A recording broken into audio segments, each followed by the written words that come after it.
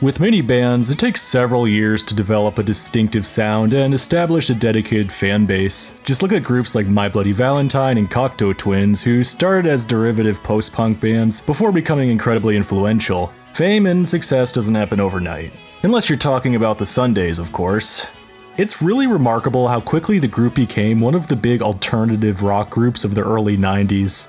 The sound they carried was new and refreshing, yet very direct. Their relatively short-lived career left their cult fanbase yearning for more music.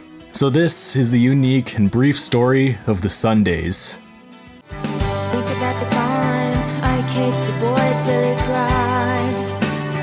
Let me just preface this by saying that this is probably the smoothest path to a label signing we've ever covered on this channel. Just go back and rewatch the Warzone that was our Joy Division video for reference. I mean, don't do that now. I'm just saying that the Sundays got really lucky.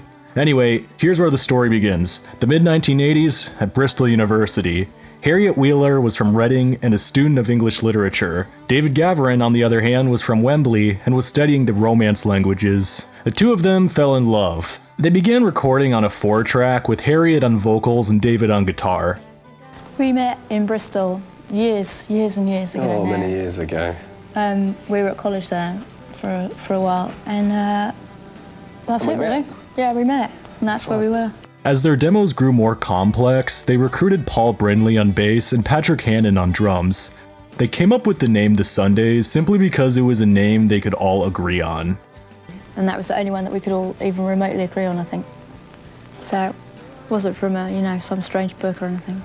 The Sundays sent out their demos to some London venues and landed their first show at Vertigo Club. Members of the music press happened to be in the audience for a different group, but the Sundays stole the show. We sent off a tape to get a gig, and fully expecting no one to listen to it, because they don't listen to tapes when you send them off to venues, but luckily one bloke did, and he offered us this gig where we were the first band on a 3. Record labels were bidding to have them on their roster. Eventually, they signed with Rough Trade, the same label that signed groups like Cabaret Voltaire, Galaxy 500, A.R. Kane, and Mazzy Star. So that's how the Sundays made it to stardom.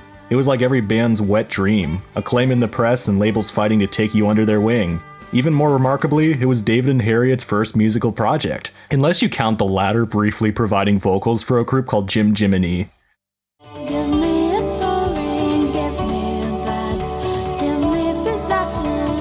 With their lineup solidified and buzz building fast, it was just a matter of time before this young band dropped something big. That moment came in the gloomy British winter of 1989, when the Sundays released their first single, Can't Be Sure. By the late 80s, the alternative rock scene was becoming increasingly atmospheric, thanks to groups like Cocteau Twins and Galaxy 500. While the Sundays have often been classified as part of the dream pop scene, as well as jangle pop, I don't think they neatly fit in either. You know, it's great that people can sort of respond to the music and see it as like mood-provoking or whatever, but I don't sort of think we just sort of think of it as like floating on a cloud and, shut your eyes and wisp away or whatever. What makes the Sundays' first single, Can't Be Sure, mesmerizing is the strength of the vocals, instrumentation, and lyrics, and how they all come together. Harriet's voice immediately sets the group apart from their contemporaries, and in the best way possible. Her vocals have been described as airy, haunting, expressive, and ethereal. The reverberated guitars brightly weave back and forth, adding an atmospheric quality to the mix. Equally spellbinding are the lyrics, which seem to touch on themes of desire and being unsure about what you want in life. Can't Be Sure made it to number 45 on the UK singles chart, a respectable feat for a debut single. It was even voted the #1 song of 1989 on John Peel's annual Festive 50 list.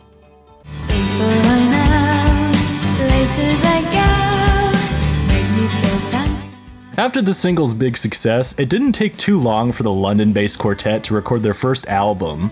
Reading, Writing, and Arithmetic was released in January of 1990, as the world turned the page to not only a new year, but to a whole new decade.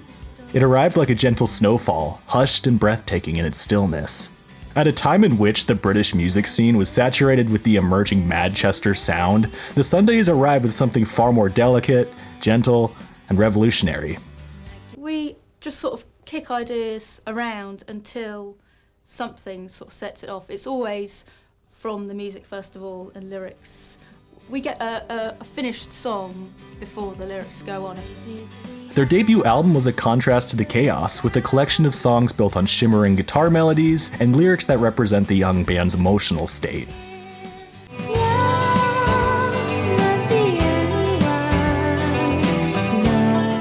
It never shouted for attention, but it resonated with the listeners who were craving something different at the time. From the beginning of the opening track, Skin and Bones, it becomes clear that reading, writing, and arithmetic is a world all on its own. Their sound is built around space and subtlety instead of noise and distortion. Just a few minutes into the album, Here's Where the Story Ends stood out as a defining moment among the album's various treasures, a song that contains the Sundays' charm in 4.5 minutes of pure beauty. Its airy melodies emphasize Harriet Wheeler's playful vocals, which are her thoughts on all the bittersweet endings and memories. All these decades later, this recording is still relevant, proving that sometimes the softest voices are the ones that echo the most in music history.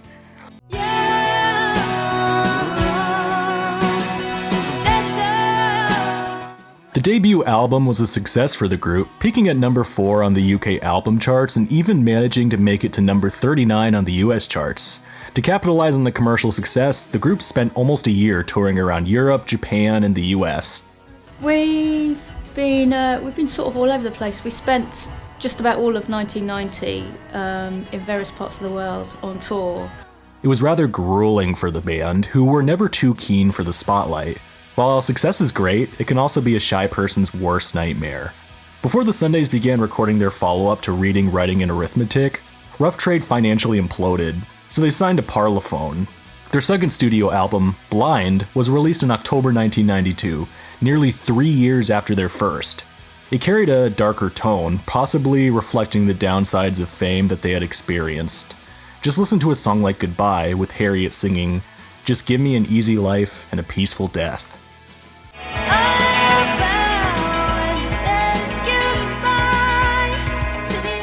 Sonically, the album has a dreamier, Guthrie-esque sound. The guitars create an impressionistic atmosphere as opposed to the more direct and jangly Reading, Writing, and Arithmetic. 2 singles were from Blind, Love and Goodbye. The latter was their highest charting single in the UK until that point, reaching number 27.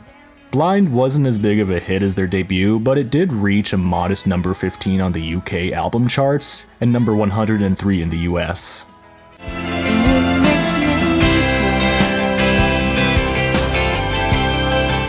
After Blind, the Sundays were performing sellout shows around the world, but they were miserable. Utterly exhausted, they cut the tour short so they could return to the UK and focus on their private lives.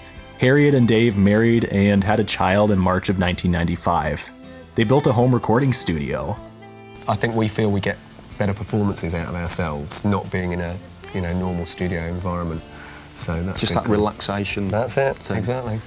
One of the few public appearances that they had made during this time was for a Budweiser commercial. Their cover of the Rolling Stones' song Wild Horses from Blind was featured for the ad.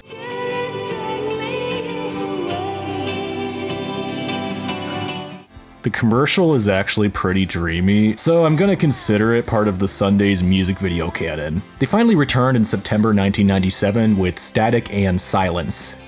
We toured a lot on the back of our last album, and then we took a bit of time off, which is very naughty. And then we had a kid. Yeah, I know, boo his. Exactly. Yeah. It seemed that the half-decade away from music lifted the darkness that was looming in Blind. Not exactly a return to form to their early days, the band's songwriting process had matured. They expanded their personnel, introducing strings, brass, and woodwind instruments into the mix.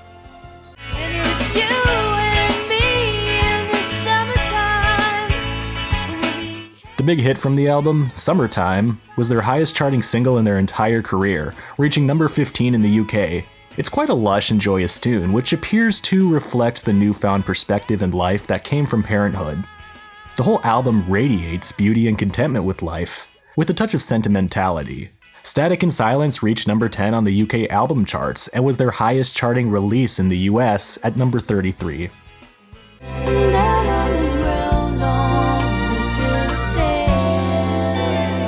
I mean, is it going to be another 4 years, or are you going to keep Keep going now. Hopefully it'll be quicker because we kind of set up the studio now. That took a lot of time because, you know, to be honest, we didn't have a clue about what we were doing. So we had to kind of find out what gear to get and how to use it and everything. So that's all there now. So another 6 months, there should be another one. Really? Yeah. When the Sundays played at Union Chapel in London in December 1997, no one in the audience had any clue that they were witnessing a historic moment. It would be the final act for a band that, by the time of that same year, would completely vanish from the face of the earth. There was no farewell or official statement. Harriet and David, for whom touring had always been more of a toll than something they enjoyed, just quietly left the spotlight and focused on raising a family instead.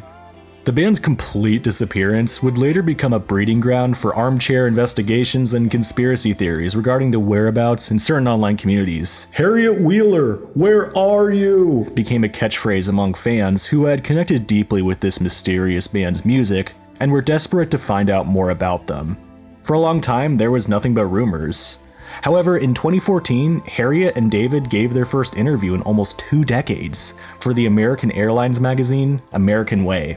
It was revealed that they had never actually stopped making music, they had just stopped releasing it, and both expressed hesitation about the possibility of that changing anytime soon. Reading between the lines, it seems pretty clear that while music remains a creative outlet for them, their desire for a public comeback, let alone going on tour again, is virtually non-existent. And so it seems like those 3 albums they made almost 3 decades ago are where the story ends for us.